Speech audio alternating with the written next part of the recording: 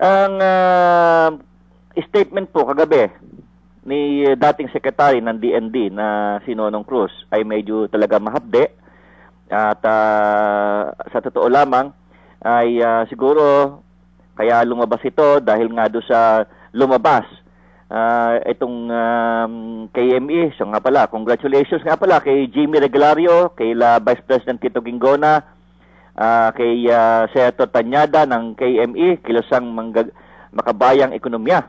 Dahil kundi sa kanila, hindi na malalaman yung matagal nating alam na nagalaw nitong si Rasputin.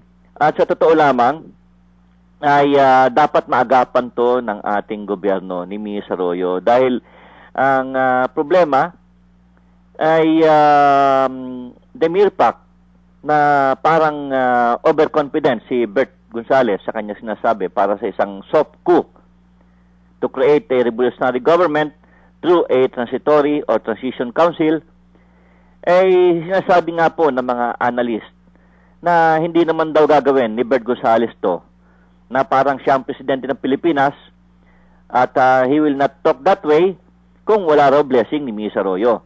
Kaya siguro, ang pinakamaganda, total naman, si Mia Arroyo ay magsasalita sa SONA, ay dapat i-correcto once and for all. Dahil nagkakaroon ng agam-agam at marami tuloy naghahanda sa kaguluhan na idudulot nitong transition government na ika nga ay hindi po ito constitutional.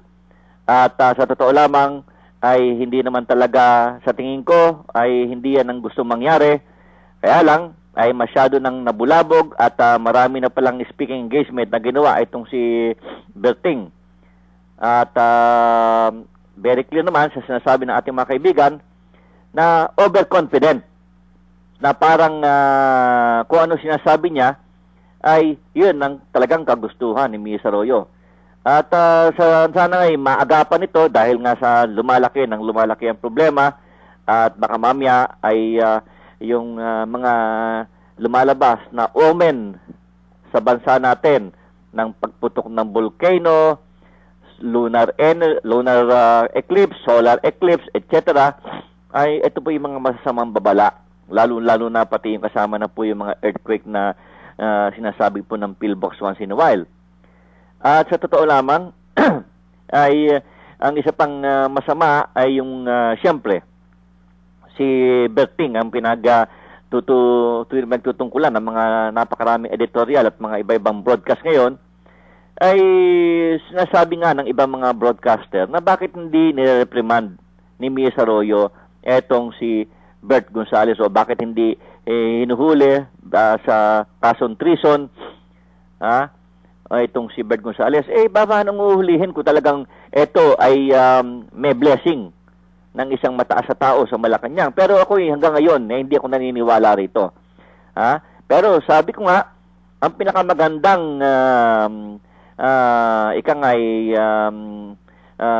timing na magbigay ng statement si Mia Arroyo ay yan sa SONA. Dahil silence is perceived as blessing or guilt. Yan ho ang maliwanag dyan. So, ulitin ko, manawagan tayo kay Mia Arroyo na you make a statement sa SONA para makorek etong sinasabi ng mga analyst at ni Nonong Cruz. Dahil hindi magsasalta itong si Nonong ng ganito, kundi meron siyang naamuyan. At sa mga deduction ay parang gospel truth na lumalabas na meron ng ganyan. At alam nyo, babalikan po natin itong issue nitong swine flu virus, no? Dahil hanggang ngayon ay hindi tumitigil itong mga globalista na ayon ho sa ating kaibigan na expert sa mga conspiracy theories sa Amerika, na ito palang grupo ng mga pharmaceutical companies ay part ng Illuminati. Kaya yung mga nilalabas ni Dan Brown, ni Langdon, ay ito po yung mga operator na ginagamit ang kanilang writings to condition the mind of the people in preparation for something big, meaning their agenda. At sabi nga ng aking kaibigan na itong ginagawa ay part ng depopulation At ang senaryo daw dito ay parang pag di tayo nakuha sa santong lokohan, meaning fear-mongering of terrorism and sickness, like the man-made flu virus, SARS, swine flu virus, avian flu, etc., ay Diyos ko po. Hindi mukha at wala na hong yata naniniwala dito sa World Health Organization na dapat talaga i-dismantle na itong United Nations na inutil naman talaga at nagagamit lang nitong mga Illuminati sa kanilang may hidden agenda. At kung hindi nga po ma-implement itong depopulation through terrorism at sickness, ay dapat maghanda tayo sa tinatawag na santong paspasan. Ano po yun? Aba, isang bala ka lang. O, eto na ang gera. At ano po sabi ng aking kaibigan? Hindi ka ba nagtataka, Eric, na parang tina-timing? Remember, nung bago nag-martial law si Marcos, ay nagkaroon din ng mga assessment ng o tinatawag na gun control. Di ba? Oo nga, no? Ay, pero may pattern. Kaya dapat talaga ay mag-ingat tayo at mag-ingat din ang gobyerno. Dahil kung tayo ay maniniwala sa mga Rasputin na kunyari, lalong-lalo na yung mga kawatan sa gobyerno na nagpapanggap na kaibigan ni Miss Arroyo at tinatako si Miss Arroyo, ay wala na mangyayari sa bansa natin. Dahil po, very clear na malaki na ang problema natin. At sabi ko nga sa inyo, walang babagsak na gobyerno kung hindi nanggagaling sa loob ang problema. Ito, very clear. Na it's coming from within, and at the same time, ay yung mga nagpapanggap na kaibigan ni Miss Arroyo na, "Ma'am, sa iyo kami! Itong gagawin namin para sa iyo ito!" Pero hindi sinasabi ang katotohanan na ayaw namin bumaba sa pwesto.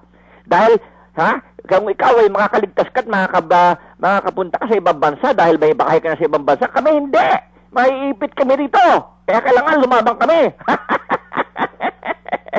Ayun ang katotohanan. Kaya, Madam President, huwag ka na magpaulol. Huwag kang maululize nitong mga taong ito. Dahil ang gagawin nitong mga ulol na to ay ang tinatawag na mutually assured destruction. Pare-pareho tayong mapiperwisyo. At ito, sinasabi ko, paulit-ulit, since time immemorial, since year 1, na wala na pong mga EDSA fiesta. This will not be a walk in the park, and this will be bloody just in case it will happen. At try to analyze these statements of some people in the government and in the military, especially si General Ebrado. Sabi niya nga, ni General Ebrado, na he will not take any government post after retiring. Anong ibig sabihin niyan? Sinasabi ni General Ebrado. Ibig sabihin, "Hey guys, read my lips. Don't push me to retire just like what you did to Yano and Cardoso Luna." Ayan. Diyan na magsisimula ang labanan at kapareho nga ng nakita nila na masyadong malaki ang pwersa nitong si Chief Justice despite na kontrolado nila ang napakaraming justice sa Supreme Court. Anong ginawa? Ayun, sinama pala si Chief Justice do sa Transitory Council na ginawa nitong si Berting Gonzales. Nakita nyo na yan? Kaya, Diyos ko po, wag na tayong magaguhan. At mabuti pa nga ito si John Mangun, itong Amerikanong kaibigan ko ng columnist sa Business Mirror. Pinagtatanggol tayo sa mga katarantaduhan ng mga kapwa niya Amerikano. Diyan niyo po makikita na mas marami pong mga matitinong tao sa mundo. Hindi lamang po Pilipino, kundi po just like the Americans. There's so many good Americans. Kaya nga lang po, talagang ang problema ay pagka an American is working for the government, they cannot do anything but to follow orders. Yan lang po talagang totoo. Just like yung mga nag-retire sa CIA na napakatitino at magagaling at mga career at mga patriotic Americans yan, pero walang magawa dahil nga sa kagaguhan nitong dating gobyerno ni George Bush Adik Jr.